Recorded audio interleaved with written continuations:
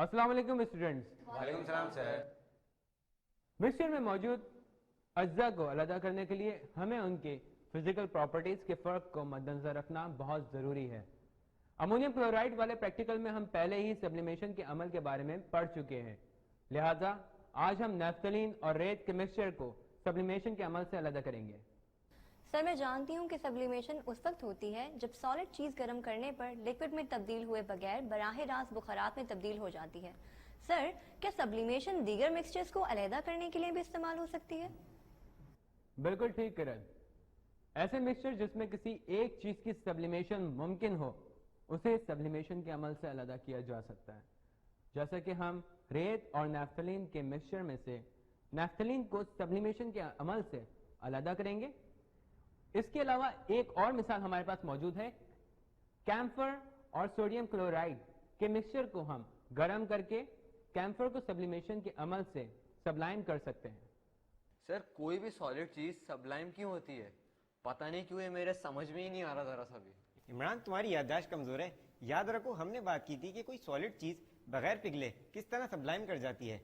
दरअसल जब किसी सॉलिड शय को गर्म करें तो इसके जर्रात के दरमियान फोर्स ऑफ अट्रैक्शन और इसमें पड़ने वाली एटमॉस्फेरिक प्रेशर दोनों मिलकर इसके जर्रात को लिक्विड हालत में करीब करीब नहीं रख सकते, इसलिए ये बराह रास्त बुखारात में तब्दील हो जाती है।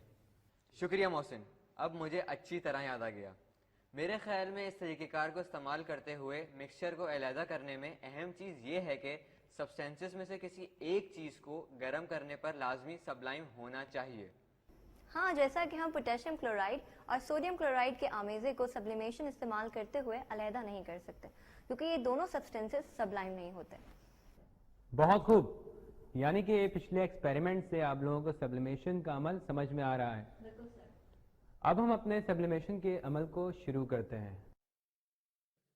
सब्लिमेशन एक ऐसा अमल है जिसमें सॉलिड बगैर लिक्विड हालत में तब्दील हुए बराह रास्त वेपर्स में तब्दील हो जाता है। ऐसा इसलिए होता है क्योंकि सॉलिड के ज़र्रात के दरमियान कशिश की कुव्वत और इस पर पड़ने वाला प्रेशर इस काबिल नहीं होता कि तब्दील होते हुए सॉलिड को माया हालत में बरकरार रख सके। आमतौर पर सॉलिड का वेपर प्रेशर लिक्विड के मुकाबले में बहुत कम होता है। सिर्फ ऐसे सॉलिड्स गर्म करने से बुखारात में तब्दील होते हैं जिनका आम दर्जा हरारत पर वेपर प्रेशर काफी ज्यादा होता है। वो शय जो सब्लाइम नहीं होती मिक्सचर में बाकी रह जाती है, जबकि दूसरी शय वेपर्स में तब्दील होकर अलहदा हो जाती है। इससे पहले कि हम अपने एक्सपेरिमेंट का आगाज करें, मुझे कोई ये बता सकता है कि इस वक्त हमारे पास कौन सा अपरेटस मौजूद है? बिल्कुल सर, हमारे पास मौजूद है Bunsen burner, tripod stand, wire goes, China dish, funnel, filter paper, mixture, हमारा ऑर्गेनिक कंपाउंड नैफ्थलीन, बीकर में थोड़ा सा पानी और सैंड, और साथ में मैच बॉक्स। तो हम अपने प्रैक्टिकल का आगाज करते हैं। सबसे पहले हमें चाइना डिश के अंदर 5 ग्राम नैफ्थलीन और सैंड का मिक्सचर डालना होगा, जो कि हमने पहले से तैयार करके रखा हुआ है। इसको हम चाइना डिश में डालेंगे।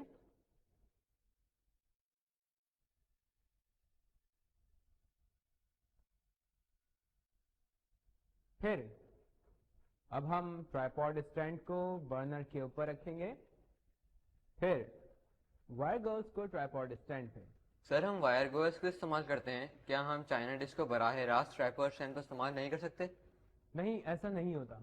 जब बर्नर वायर गोल्स के नीचे जलता है तो वायर गोल्स की मदद से कंटेनर में बराबर हीट पहुंचाते हैं, ठीक है? उससे ये होता है कि हमारा कंटेनर का टूटने का खदशा नहीं होता। ठीक है सर, अब समझ आ गया। अच्छा सर, हम फिल्टर पेपर किस तरह इस्तेमाल करते हैं? ये मैं आपको बता देता हूं। हम फिल्टर पेपर लेंगे, हम फिल्टर पेपर को बीच में से दोहरा करेंगे इस तरह, और फिर इसमें एक और तह लगाएंगे बीच में से, ताकि बिल्कुल ये स्क्वायर पोजीशन पे आ जाए। फिर हम क्या करेंगे, इसके 4 कॉर्नर्स हैं जिनमें से हम 3 को एक साइड पे اور ایک کو ایک سائڈ پہ کر دیں گے اور اس کے اندر فنگر اس طرح سے ڈال کے یوں کھول دیں گے. ہمارے پاس ایک کون شیپ بن جائے گی تاکہ ہم اس کو فنل میں سیٹ کر سکیں. اب ہم کیا کریں گے, فنل لیں گے اور بیکر میں موجود پانی اس طرح سے ڈپ کر کے فنل میں لگا دیں گے تاکہ ہمارا فلٹر پیپر نکلے نہ, چپک جائے اس سے. بالکل چپک جائے. آپ دیکھ سکتے ہیں یہ بالکل چپک گیا ہے. یہ دیکھیے اس طرح سے ہم اس کو چپکا دیں گے. اب اس کے کارنرز کو اگر یہ آپ کو ڈسٹرب کر رہے ہوں تو آپ اس کو اس طرح سے ٹرن کر دیں تاکہ یہ آپ کے پریکٹیکل میں رکاوٹ نہ بنے. اب ہم کیا کریں گے, چائنا ڈش کو وائر گاؤس پہ رکھیں گے اور فنل کو چائنا ڈش پہ ڈھال دیں گے. ہم نے اس کے اندر فلٹر پیپر اس لیے لگایا ہے تاکہ ہم سبلیمیشن کے عمل میں نیفٹلین اپنے آرگینک کمپاؤنڈ کو اس کے اوپر جمع کر سکیں, کیونکہ وہ ہیٹ اپ ہونے سے ہمارے مکسچر میں سے الگ ہو جائے گا. ٹھیک ہے, ہم اس کو رکھتے ہیں اس کے اوپر اور برنر کو جلائیں گے.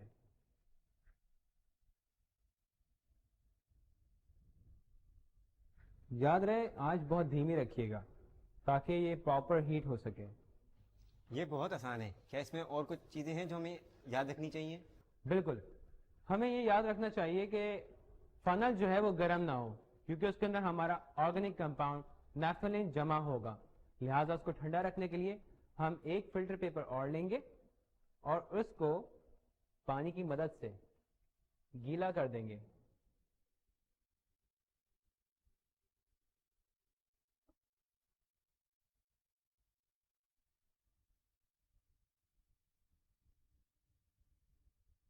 اچھی طرح اس کو گیلا کر لیں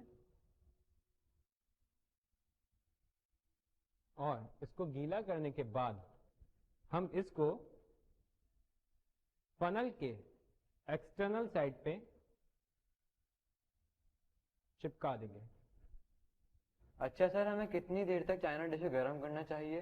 اس کو ہم 10 منٹ تک گرم کریں گے. اس کے بعد ہم اپنے اس عمل کو بند کریں گے اور یہ دیکھیں گے کہ ہمارے فنل کے اندر فلٹر پیپر پہ ہمارا آرگینک کمپاؤنڈ موجود ہے یا نہیں. یقیناً وہ موجود ہوگا. اس کی کرسٹل بالز یا کرسٹل فارم میں پارٹیکلز آپ کو پیپر کے اوپر نظر آ جائیں گے. اسٹوڈینٹس, ہمارے اس پروسیس کو 10 منٹ گزر گئے. مجھے امید ہے کہ ہمارا پریکٹیکل کمپلیٹ ہو چکا ہوگا.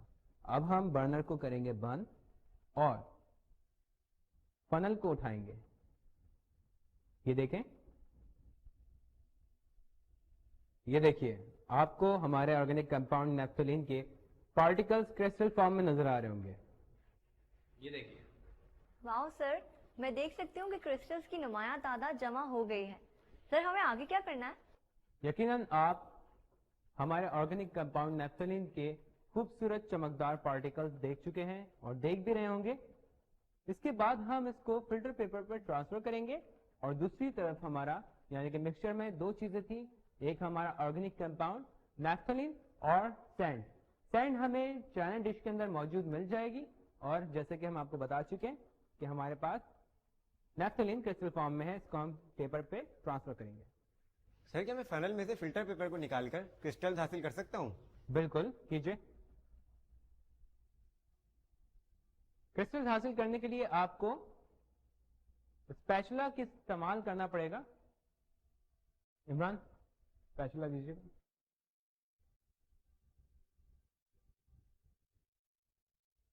ہاں, اس کو نکال لیجئے. یہ فنل مجھے دے دیجیے. لائیے.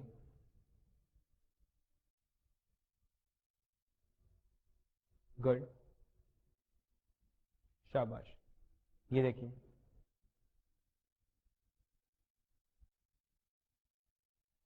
اس طرح سے ہم پیپر کے اوپر سے اپنا آرگینک کمپاؤنڈ کے پارٹیکلز یعنی کرسٹل پارٹیکلز کو اسکریچ کر کے اتاریں گے اور دوسرے پیپر کے اوپر جمع کر لیں گے.